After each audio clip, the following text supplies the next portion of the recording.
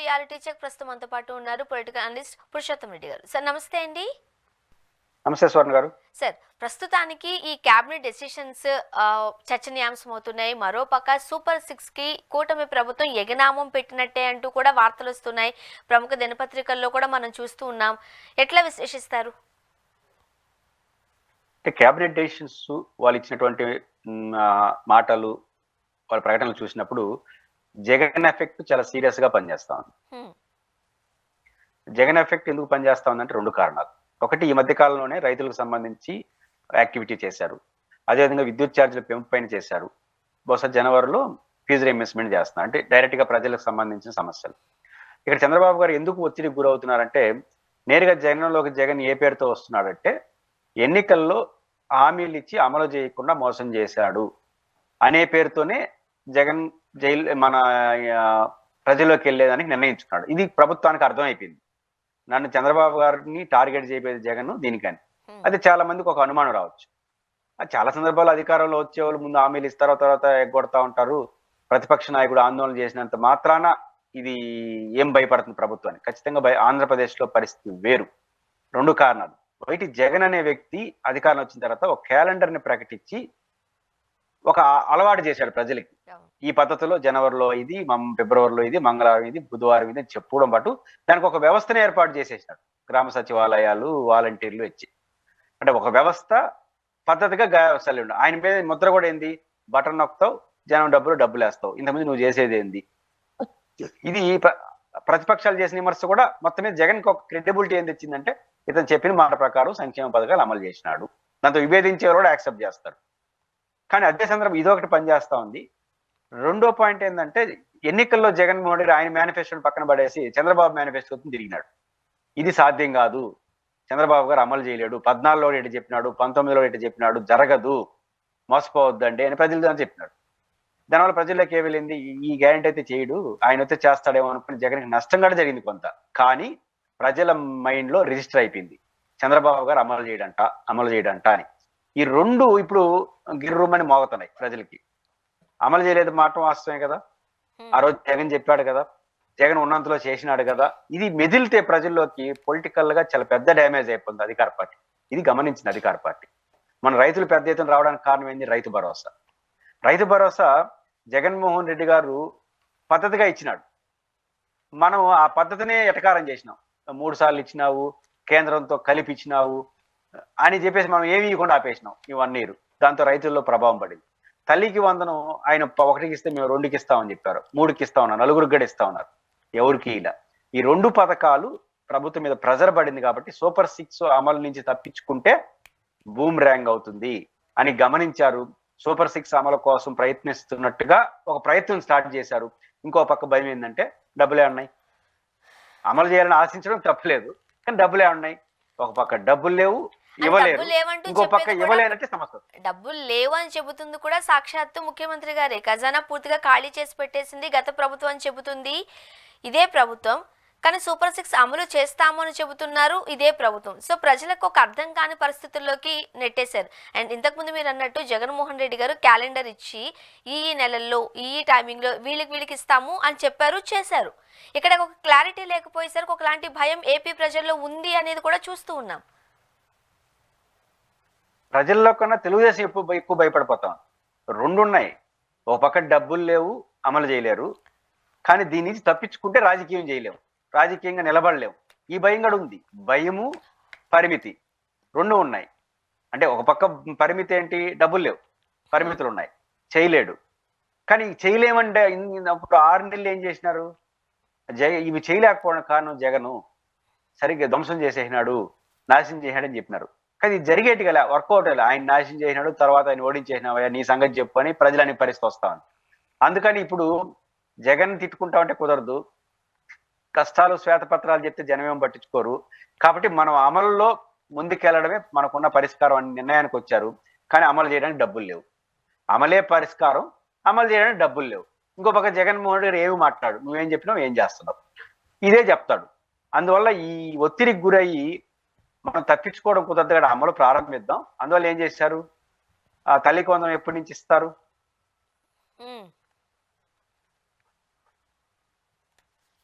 చెప్పండి.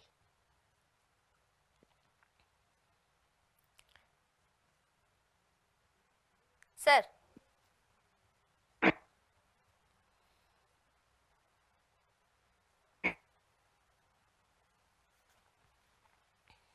వినపడుతుందా? వినిపిస్తుందండి. చిన్న టెక్నికల్ ఇష్యూ ఏదో వచ్చింది, ఇప్పుడు వినిపిస్తుంది.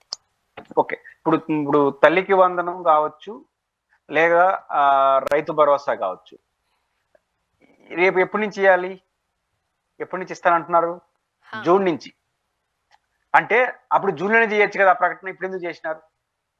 అంటే అంత ఒత్తిడికి గురైపోతున్నారు. మేము తప్పించుకోవట్లేదు, ఇస్తాం ద్వారా, కాకపోతే ఎప్పుడు ఇస్తామని హామీలు కల్పిస్తూనే ఇచ్చేటప్పుడు ఇవ్వడం. అంటే జూను జూలై మాసంలో ప్రారంభమయ్యేదని ఇప్పుడు నుంచి మొదలెడుతున్నారు. ఇప్పుడు క్యాబినెట్లు ఎందుకు ఆమోదించాలి?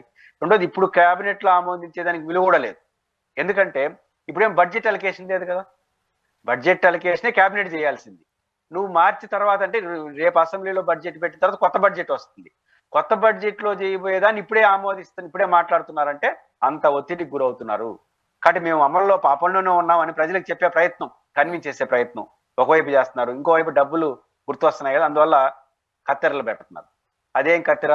జగన్ ఏమన్నారు రైతు భరోసా విషయంలో? నువ్వు 12,500 ఇస్తా అని చెప్పి కేంద్రంతో కలిపేసి ఇస్తున్నావు, నువ్వు 6,000-7,500 ఇచ్చినావు, ఇంకో 5,000 బాకీ ఉండవు, ఆ రకంగా 5,500 25,000 బాకీ ఉన్నావు అని ఆయన తిట్టినారు. మూడు సార్లు ఇస్తున్నావు, ఒకసారి ఇయ్యాలి నువ్వు అని తిట్టారు. ఎన్నికల్లో చెప్పేసినారు, ఆయన కేంద్రంతో కలిపిచ్చేసినాడు, మేము అట్ట కాదు 20,000 ఇస్తాం, అది కూడా కేంద్రంతో సంబంధం లేకుండా అది కూడా ఒకేసారి ఇచ్చేస్తాం. ఇది బాగా రిజిస్టర్ అయిపోయింది ప్రజల్లో. ఇప్పుడు ఒకేసారి ఎక్కువగా మొదటి సంవత్సరం ఎత్తేసారు కంప్లీట్ గా. ఇప్పుడు ఏం చేస్తున్నారు? కేంద్రంతో కలిపిస్తారట. అంటే 10,000 రూపాయలు కేంద్రం పెంచింది కదా, ఇంకో 10,000 వేసేసి, అంటే ఈలుగడ ఈబీది ఏంటంటే కేంద్ర ప్రభుత్వం 10,000 ఎట్టయితే 3 సార్లు ఇస్తారు వాళ్ళు ఒకసారి, ఆ రకంగా 3 దఫాలుగా 10,000 ఈలుగడ వేస్తారు. ఆ 20,000 చెప్పి సర్దుకోండి అని ప్రజలకు చెప్తారు. కానీ మంచి అమౌంట్ కంటే ప్రజలు సర్దుకుంటారు, కానీ మీరు చెప్పినట్టు చేయలేదని ఖచ్చితంగా విమర్శలకు గురవుతారు. తల్లికి దీన్ని బట్టి చూస్తే నాకు అర్థమయ్యేది, తల్లికి వందనం కూడా వారు చెప్పినట్టు ఎవరు. జగన్ గారు ఇరిటేట్ చేస్తాడు కదా, ఇది నీకు 15 నీకు 15 నిమ్మల్నామాని.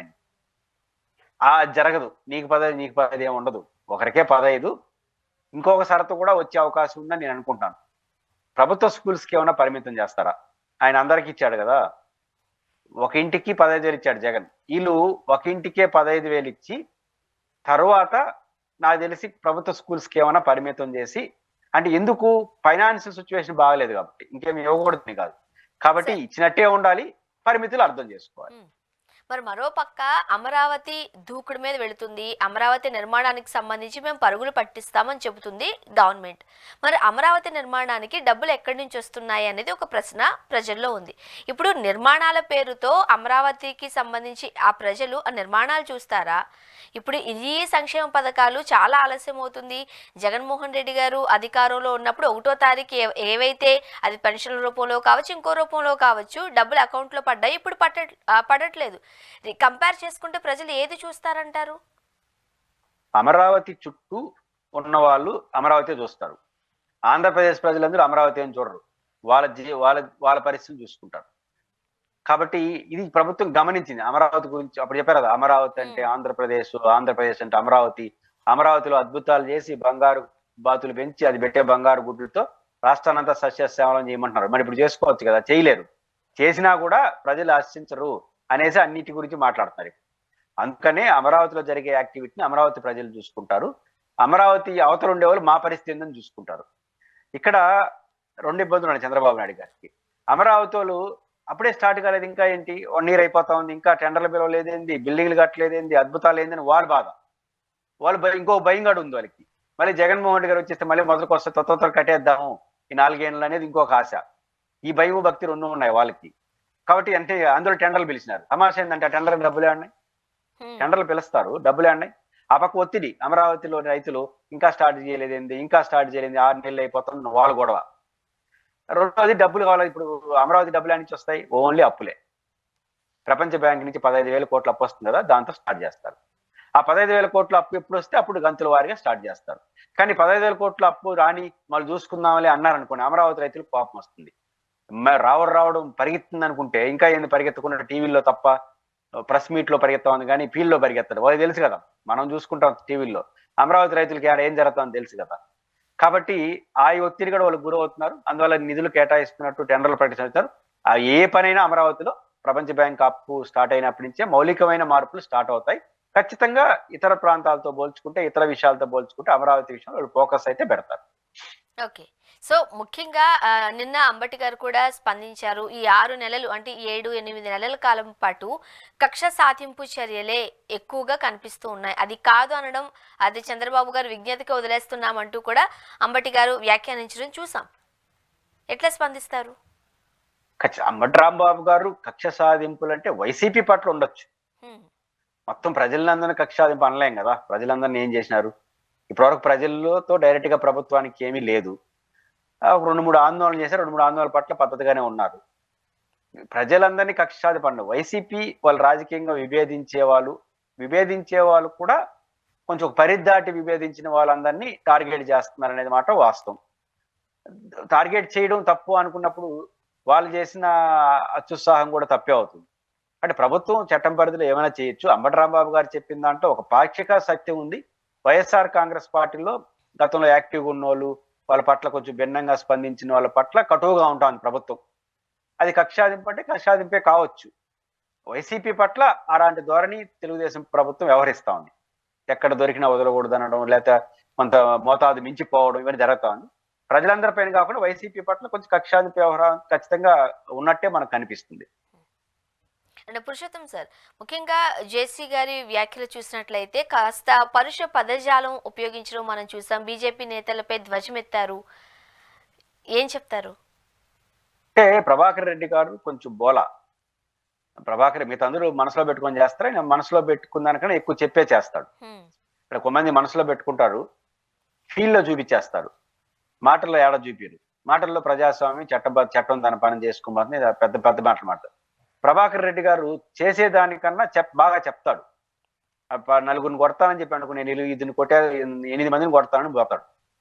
కాబట్టి ఆయన ఏదైనా చెప్పింది చేసేది చెప్తాడు.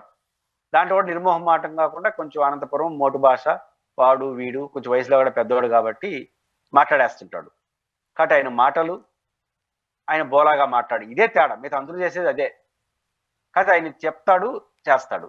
కొంతమంది చెప్పరు, చేస్తారు, అంతే తేడా. కాబట్టి చాలా మంది తెలుగుదేశం పార్టీ లీడర్లు కొంచెం అసహనం ప్రారంభమైంది. అంటే తమ అనుకున్న పనులు చేయకపోవడం అన్ని. జేసీ ప్రభాకర్ రెడ్డి గారు అసహనంతో పాటు ఆయన అనుకున్న లక్ష్యాలు, అనుకున్న పనులు జరగకపోతే కూడా బహిరంగ స్పందించేస్తాడు. కాబట్టి ప్రభాకర్ రెడ్డి గారు ఉన్న సహజ స్వభావం రీత్యా ఆయన మాట్లాడుతున్నాడు. సహజంగా అధికార పార్టీ మనిషి కదా, ప్రతిపక్షంలో ఉన్నప్పుడు మాట్లాడితే వేరు, అధికార పార్టీలో ఉన్న మాట్లాడినప్పుడు ఇదేంటంటే ఇది అన్యాయం కదా, దౌర్జన్యం కదా అని నెగిటివ్ ప్రభుత్వం మీద వెళ్ళిపోతుంది. కాబట్టి ప్రభాకర్ రెడ్డి గారు మాట్లాడేదేమి కొత్త ఏం కాదు. అందరూ మాట్లాడింది అందరూ చేసేది ఆయన మాట్లాడుతున్నాడు. కాకపోతే ఆ మాటలు అధికార పార్టీ నుంచి మాట్లాడుతున్నాడు కాబట్టి సహజంగా ప్రభుత్వానికి అది తలనొప్పిగానే ఉంటుంది. ఇప్పుడు సాధారణంగా మనం చూసినట్లయితే కొన్ని ఆసక్తికరమైన వ్యాఖ్యలు కూడా మనం జేసీ గారి దగ్గర నుంచి విన్నాం.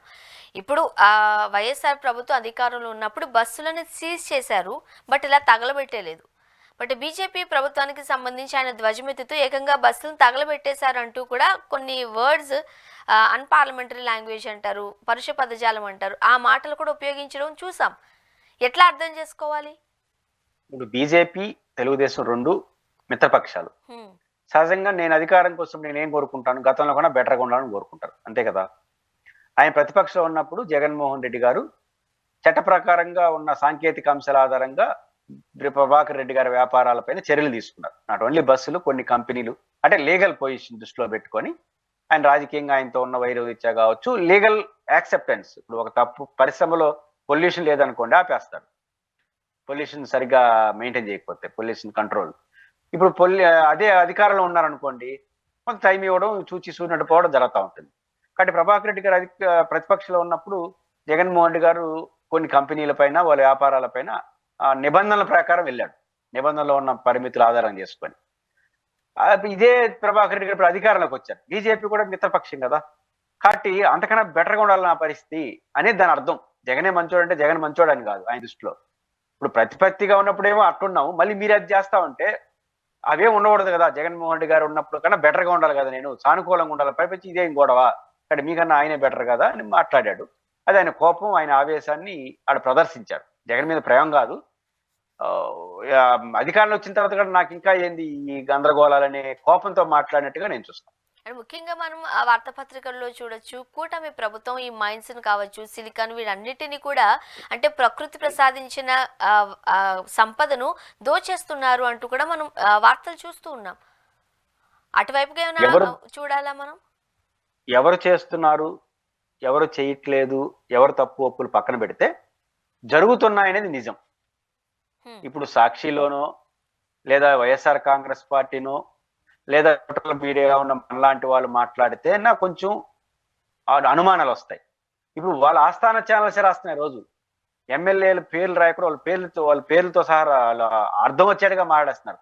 ఆయన అక్కడ మైనింగ్ కొడుతున్నాడు, ఇక్కడ ఆయన కొడుతున్నాడు, ఈయన కొడుతున్నారు, ఆడి ఇసుకు దోసేస్తున్నారు. ఇది ఆ పత్రికలు రాస్తున్నాయి. మనం మీరు నేను మాట్లాడితే అది వేరే సంగతి. కాబట్టి ఈరోజు వాళ్ళ పత్రికలే ఇట్లాంటి వార్తలు రాస్తున్నాయంటే మైనింగ్, ప్రకృతి సంపదకు సంబంధించిన విషయాల్లో కొంత విచ్చలవిడితనం, అధికార దుర్వినియోగం జరుగుతా ఉందని ఆ పత్రికల్లో వచ్చిన వార్తల ఆధారంగా మనం నిర్ధారణకు రావచ్చు. కాబట్టి ఇది రెండు రకాల నష్టం. ఒకటి, ప్రకృతి వనరులు ఎట్టబడతాడు దోసేస్తే ఇన్బ్యాలెన్స్ అయిపోతుంది. ఇప్పుడు సముద్రం పక్కన, నదులు పక్కన ఎట్లా పడతాడో చేసామనుకోండి, రేపు ప్రకృతి వైపరీత్యాలకు దారితీస్తుంది. కాబట్టి ప్రకృతి వనరులను కాపాడుకోవాల్సిన అవసరం, ఏదైనా మైనింగ్ చేసినా చట్టబద్ధంగా చేయాల్సిన అవసరం ఉంది. అది ప్రకృతి పరమైన నష్టం. రెండోది, ఇది ఎక్కువైపోతే ప్రభుత్వం, అధికార పార్టీ కూడా నష్టం రాజకీయం. ఎందుకంటే అరాచకానికి దారితీస్తుంది. కొంతమంది విచ్చలవిడి చనిపోతే అది లా అండ్ ఆర్డర్ సమస్య కూడా మారుతుంది రేపు. ఇప్పుడు ఉదాహరణ కడప జిల్లాలో జేసీ ప్రభాకర్ రెడ్డి గారు, మన మాజీ మంత్రి ఆదినారాయణ రెడ్డి గారి మీద ఒక ట్రాన్స్పోర్ట్ విషయం ఎంత గొడవలు వచ్చింది. ఒక దశ దాటితే వాళ్ళే కొట్టుకుంటారు. కాబట్టి నువ్వు ఒకడైనా నేను కాదా గీదని వస్తుంది. రేపు నెక్స్ట్ రాబోయేది అది. కాబట్టి ఈ మైనింగు, ఇట్లాంటి శాండ్, ఇట్లాంటి విషయాల్లో కానీ ప్రకృతి వనరుల విషయంలో పద్ధతి ప్రకారం చేసుకోవాలి, నిబంధనల ప్రకారం చేయాలి. ఇష్టారాజ్యంగా చేస్తే మాత్రం ప్రకృతికి నష్టం, సమాజానికి నష్టం. మీ పార్టీకి కూడా రేపు, అప్పుడు స్వర్ణ అనే ఒక ఆమె 1 కోటి రూపాయలు 2 కోట్లు సంపాదిస్తుంది, నాకు కోపం రాదా? నేను కూడా సంపాదించిన నేను స్టార్ట్ చేస్తా, గొడవ వస్తుంది. ఇంకా ఆధిపత్యంలో మన ఇద్దరం కొట్టాడుకుంటాం. ఇప్పుడు అధికార పార్టీ కంటే తెలియదు. ఈ మొదటి దశ, రెండో దశలో జరగబోయేది అది. నేను జనసేన వాడు సంపాదించాలా, మేము సంపాదించకూడదా? తెలుగుదేశంలో వాడే సంపాదించాలా, మేము ఇచ్చడివిడిగా డబ్బులు వస్తా ఉంటే, పోగవుతా ఉంటే ఇంకోటి చూసి ఊరుకోలేడు. ఆ రకంగా అది లా అండ్ ఆర్డర్ సమస్యగా, తెలుగుదేశానికి తలనొప్పిగా మారుతుంది. కాబట్టి ఆ పత్రికల్లో వచ్చిన వార్తల ఆధారంగా చేసుకునైనా కఠినమైన నిర్ణయాలు తీసుకోవడం ద్వారా ప్రభుత్వం, చంద్రబాబు గారు నేను ఎప్పుడో మాట్లాడారు, ఎమ్మెల్యేలు అద్దులు దాటితే కుదరదు, కఠినంగా వ్యవహరించాల్సి వస్తుంది, ప్రభుత్వానికి నష్టం వస్తుంది. ఎందుకు మాట్లాడుతున్నాడు? ఇట్లాంటివి వస్తున్నాయి కాబట్టి మాట్లాడుతున్నాడు. దాన్ని సరిదిద్దుకుంటే మంచిది. ముఖ్యంగా ఇప్పుడు మనం చూసినట్లయితే రాష్ట్రంలో చంద్రబాబు ఇంటికి సంబంధించి కూడా ఒక పెద్ద చర్చ నడుస్తోంది. అక్రమ కట్టడం అంటున్నారు, కరకట్ట మీద అట్లా ఉండకూడదు అంటున్నారు. దానికి సంబంధించి పెద్దగా స్పందన కూడా మనం చంద్రబాబు నాయుడు గారికి సంబంధించి, లేకపోతే వాళ్ళకి సంబంధించి మనం వినడం లేదు. ఓవరాల్ గా ఏం చెప్పాలంటారు? ఇక్కడ డబుల్ స్టాండర్డ్ ఉంది తెలుగుదేశం పార్టీలో. అది అక్రమమా సక్రమమా తర్వాత. మనం ఏమన్నాం? ఫస్ట్ జగన్మోహన్ రెడ్డి గారు అధికారంలో ఉన్నప్పుడు ఇది నేను రెంట కడుతున్నాను అని చెప్పాడు. లోకేష్ గారు చెప్పారు, రెంట కడుతున్నాం, అది రెంటెడ్ హౌస్, ఆయనకి ఇస్తున్నాము. రెండు, ఒకవేళ ప్రతిపక్ష నాయకుడు అయ్యాడు కాబట్టి ప్రభుత్వానికి లెటర్ రాసినాము, మీరు కట్టండి రెంటో అని. మామూలుగా ప్రతిపక్ష నాయకుడికి ప్రభుత్వం అనుకుంటే కట్టచ్చు. ఎమ్మెల్యేల క్వార్టర్స్ కింద ప్రతిపక్ష నాయకుడు, ఆయన క్యాబినెట్ ర్యాంకు, అపోజిషన్, మాజీ ముఖ్యమంత్రి కాబట్టి వాళ్ళు కడుతున్నారో లేదో నాకు తెలియదు కానీ మేము లెటర్ రాసినాం అని చెప్పారు. అంటే మీరే జగన్ గారు ఉన్నప్పుడు రెంటెడ్ అన్నారు, ఇప్పుడు ఏమంటున్నారు? ఇది ప్రభుత్వం అంది అంటున్నారు. దానికి వాళ్ళు చెప్పే లాజిక్ కూడా కరెక్టే. అదేం కరెక్టు? లింగమనేని గెస్ట్ హౌస్ అనేది అక్రమం కట్టడం. అదొకటే కాదు, అది ఉండేటివన్నీ అక్రమం కట్టడాలి. 20-30 ఉన్నాయి. మంత్రి సత్యనారాయణ రాజు వరకు అదే పరిస్థితి. ఇవన్నీ అక్రమం. కానీ ప్రభుత్వానికి ఒక రైట్ ఉంది. చంద్రబాబు గారు చెప్పింది కరెక్ట్. అక్కడ ప్రభుత్వం దాన్ని లాక్కోవచ్చు, మీరన్నా ఇచ్చేయాలి, లేకపోతే లాక్కోవచ్చు అంటాడు. పూలింగ్ చేయాలి అంటే అక్రమ కట్టడాన్ని స్వాధీనం చేసుకునే అధికారం ప్రభుత్వానికి. దాన్ని ఉపయోగించుకోవచ్చు కూడా ప్రభుత్వం. ఇప్పుడు చంద్రబాబు గారు ఎవరు? Chief minister. అంటే ఆ అక్రమం దాన్ని కొట్టేమని రేపు కోర్టులు చెప్తే కొట్టేస్తారు. అంతవరకు ప్రభుత్వం యూటిలైజ్ చేసుకోవచ్చు. ఎందుకంటే గవర్నమెంట్ అనేది ప్రజలకు సంబంధించింది కాబట్టి ప్రభుత్వ హ్యాండ్ ఓవర్లో ఉండిపోతుంది. కాబట్టి అంటే మాకు రైట్ ఉంది అంటాడు ఇప్పుడు చంద్రబాబు గారు. ఇది కరెక్టే, అది కరెక్టే, దేంట్లో ఒక దాంట్లో నిలబడండి అంటున్నాం. కాబట్టి అప్పుడే, కానీ ఇక్కడ మీకు డౌట్ రావచ్చు, అప్పుడు ఎందుకు అట్లా మాట్లాడారు, ఇప్పుడు ఎందుకు ఇట్లా మాట్లాడారంటే, అప్పుడు జగన్మోహన్ రెడ్డి గారు ప్రజావేదికని కొట్టేశాడు. మీకు గుర్తుంటే కరకట్ట పైన అక్రమం కట్టడం, దాని పక్కనే చంద్రబాబు గారి ఇల్లు ఉండేది. ఇప్పుడు ఇది అక్రమం కట్టడం మేము ప్రభుత్వందే, నేను ఉంటాను ప్రతిపక్ష నాయకుడు అంటే నువ్వు ఇక్కడ ఉండొద్దు, అది అక్రమం కట్టడం, అడిగి పో, దీన్ని కొట్టేస్తా ఉంటాడు జగన్మోహన్ రెడ్డి గారు. అందువల్ల రెంట కడుతున్నావు అని చెప్పినాడు. ఆయన ఏమో స్టే తెచ్చుకున్నాడు, లింగంనేని స్టే తెచ్చుకొని ఇంటి రెంట కడతాను అన్నాడు. అప్పుడు దాన్ని కొట్టకుండా ఉండడం కోసం రెంట కడతాం అన్నారు. ఇప్పుడు కొట్టేవాడు లేడు కదా, మనమే కదా. కాబట్టి ఇప్పుడు రెండోది ప్రభుత్వం దాంట్లో అయితే ఖర్చు పెట్టాలనుకోండి. దాంట్లో 1 కోటి 2 కోట్లు ఖర్చు పెట్టి ముఖ్యమంత్రి నివాసం కదా, దాన్ని ఏర్పాట్లు చేసుకోవాలంటే అక్రమం కట్టలో ఎట్లుంటా ఉంటారు, లీగల్ కాంప్లికేషన్స్ వస్తుంది. అది అక్రమం కట్టడం అని తెలిసి కూడా మీరు ఎట్లా ఖర్చు పెడతారంటారు. కాబట్టి ఇది మేము పెట్టుకోండి, మేము తీసుకునేస్తున్నాం, ఇది అక్రమం కట్టడమే, మేము తీసుకునేస్తున్నాం, ప్రభుత్వం వాడుకుంటుంది, కొట్టేయమంటే కొట్టేస్తాం, ఆ లైన్ తీసుకున్నాం. అప్పుడు ఇప్పుడు ఖర్చు పెట్టడం కోసం ప్రభుత్వం ఉంది, అప్పుడు కొట్టకుండా ఆపుకోవడం కోసం రెంటెడ్. రెండు కరెక్టే, కాకపోతే డబుల్ స్టాండర్డ్ అవుతుంది, అది విమర్శలకు గురవుతుంది. మరి దీనికి సంబంధించి అంటే ముఖ్యంగా వైసీపీ నేతలు కావచ్చు, లేకపోతే ప్రశ్నిస్తున్నప్పుడు తనకు సరైన సమాధానం టీడీపీ నేతల నుంచో కార్యకర్తల నుంచి ఎక్కడి నుంచి దొరకకపోయేసరికి ఇది ఏం జరగబోతుంది అనేది కూడా ఒక క్వశ్చన్ మార్క్ అయిపోయింది. సమాధానం క్లియర్గా ఉంది కదా, అప్పుడు కొట్టకూడదు కాబట్టి రెంట్, ఇప్పుడు మనం ఖర్చు పెట్టాలి కాబట్టి ప్రభుత్వం ఉంది. దీన్ని నేను చెప్పినంత ఈజీగా ఆయన ఎట్లా చెప్తాడు? కాబట్టి ఏ ప్రశ్నకి ఆ రోజు సమాధానం చెప్తుంటాడు. కాబట్టి ఇప్పుడు అది ఖచ్చితంగా అందుకే విమర్శలకు గురవుతారు. అందుకే ప్రతిపక్షం పట్టుకునింది. అది రెంటా ప్రభుత్వం ఉందా? అప్పుడు రెంట్ అన్నారు, ఇప్పుడు ప్రభుత్వం ఎట్లా అయిపోతుంది? అటు ఇన్ని రోజులు అబద్ధం చెప్పారా? ఇట్లాంటి విమర్శలు సహజంగా ప్రతిపక్షం చేస్తుంది. దాని ఆయన విమర్శలకు గురిగాక తప్పదు. సార్, ఫైనల్ గా చెప్పండి, ఇప్పుడు అధికారంలోకి వచ్చి 7-8 నెలలు అవుతుంది. 7-8 నెలల నుంచే వివిధ అంశాలకు సంబంధించి కూటమి ప్రభుత్వం అనేకమైన ఆరోపణలు, విమర్శలు ఎదుర్కొంటుంది. చంద్రబాబు నాయుడు గారు దీనికి సంబంధించి తేరుకునే అవకాశాలు ఉన్నాయా? లేదు అని అంటే జగన్మోహన్ రెడ్డి గారు ఎలా అయితే ఓన్లీ సంక్షేమ పథకాల మీద మాత్రమే డిపెండ్ అయి కూర్చుని ఈ రోజు ప్రతిపక్షానికి వెళ్ళిపోయారో, ఈ రోజు చంద్రబాబు నాయుడు గారు ఓన్లీ అంటే ఈ కట్టడాలకు సంబంధించో ప్రాజెక్టులకు సంబంధించో కాన్సన్ట్రేట్ చేస్తున్నారు, కానీ పేద ప్రజల మీద కాన్సన్ట్రేట్ చేయట్లేదు. చూసుకుందాంలే, ఎన్నికలు దగ్గర పడే సందర్భంలో ఇచ్చిన హామీలు నెరవేరిస్తే సరిపోతుంది కదా అనే ఒక ఆలోచనలో ఉన్నారు అంటూ కూడా మనం వింటూ ఉన్నాం. నిజమే అంటారా? నమ్మచ్చా? ఫస్ట్ నేను ఎన్నికల హామీలు అమలు చేస్తాను లేదా అమలు చేయను, దీని చుట్టూనే ప్రజలు ఉండరు. ప్రజలు వీతి బాధలు ఉంటాయి. ఇప్పుడు జగన్మోహన్ రెడ్డి గారు 95% ఎన్నికల హామీలు అమలు చేసినాడు, ఎందుకు ఓడిపోయినాడు అంటే ఎన్నికల హామీలు అమలు చేస్తే ఓడిపోతాడా? ఎన్నికల్లో మీరు ఇచ్చారు హామీ, మీరు ఇచ్చిన హామీనే నాది కాదు. ఇప్పుడు నేను చెప్తున్నా, రైతు భరోసా ఉంది, రేపు కేంద్రం 10,000 ఇస్తుంది, రాష్ట్ర ప్రభుత్వం కూడా 3 కంతుల్లో 10,000 ఇచ్చింది అనుకోండి. చెప్పినట్టు ఇలేదు, కానీ ఇచ్చాడు అనుకుంటారు కదా. 20,000 అనేది పెద్ద అమౌంటే కదా, సర్దుకుంటారు. కాబట్టి ప్రభుత్వం ప్రజలు సర్దుకునేంత వరకు వ్యవహారం చేస్తే సర్దుకుంటారు ప్రజలు, అప్పుడు ప్రభుత్వానికి చెడ్డ పేరు రాదు. ప్రజలు సర్దుకోకపోగా నెగిటివ్ వస్తారు కొన్ని సందర్భాల్లో. ఎప్పుడు ఇట్లాటప్పుడే మనం చెప్పేదానికి చేసేదానికి సంబంధం లేని మాటలు మాట్లాడడం, 24 గంటలు జగన్ తిట్టుకుంటా ఉండడం. నేను ఈరోజు లేటుగా వచ్చాను సెక్రటేరియట్కి, కారణం ఏంటంటే జగన్మోహన్ రెడ్డి గారు ఇక్కడ రోడ్డు వేయలేదు, లేదా నేను ఈరోజు సంక్షేమం ఏది చేయకపోయినా దాని జగనే కారణం. ఏదైనా చేస్తే ఇంత దారుణం చేసేసినా నేను కాబట్టి చేయగలిగిన, చేసింది నేను కాబట్టి, చేయకపోతే జగన్ కాబట్టి. ఈ కాబట్టిలు మానేస్తే ప్రభుత్వం చాలా తొందరగా కోలుకుంటుంది. ఈ కాబట్టితోనే బతుకుతాను అనుకుంటే ప్రజలు కూడా ఈయన కాబట్టి ఎట్లా చేసినాడేమో అనుకునే పరిస్థితి వస్తుంది. కాబట్టి చంద్రబాబు నాయుడు గారి జగన్నామ స్మరణ ఆపేసి తన పరిపాలన నామాన్ని జపిస్తే, తన ప్రాధాన్యతను ముందుకు తీసుకెళ్తే ఖచ్చితంగా చంద్రబాబు గారికి ఇంకా 4 ఏళ్ళు ఉంది కాబట్టి దాంట్లో కూడా ప్రజలు హర్షించే పద్ధతిలో ఉంటే భయపడాల్సిన అవసరం లేదు. సంక్షేమ పథకాలు ఒకటి అటు ఇటు అయినా ప్రజలు అర్థం చేసుకుంటారు. మీరు చేయకుండా మీరు చేయాల్సిన దానికి వచ్చేసరికి మాత్రం జగన్ కాబట్టి చేయలేదని ఇంకా జగన్నామ స్మరణ ఎంత ఎక్కువ చేస్తే జగన్ అంత బలపడతాడు, మీరు అంత బలహీనపడతారు. కాబట్టి జగన్నామ స్మరణ ఆపేసి మనం పరిపాలన చేసుకుంటే ప్రజలు హర్షిస్తారు. లేకపోతే మీరు చెప్పినట్టే జగన్నామ స్మరణ ఈ రోజు మీరు చేస్తున్నారు, ఎన్నికల్లో ప్రజలు చేస్తారు. Thank you so much sir, మీ అభిప్రాయాలు మాతో పంచుకున్నారు. థ్యాంక్ యూ వెరీ మచ్ అండి. ఇది వాళ్ళ రియాలిటీ చెక్. Stay tuned.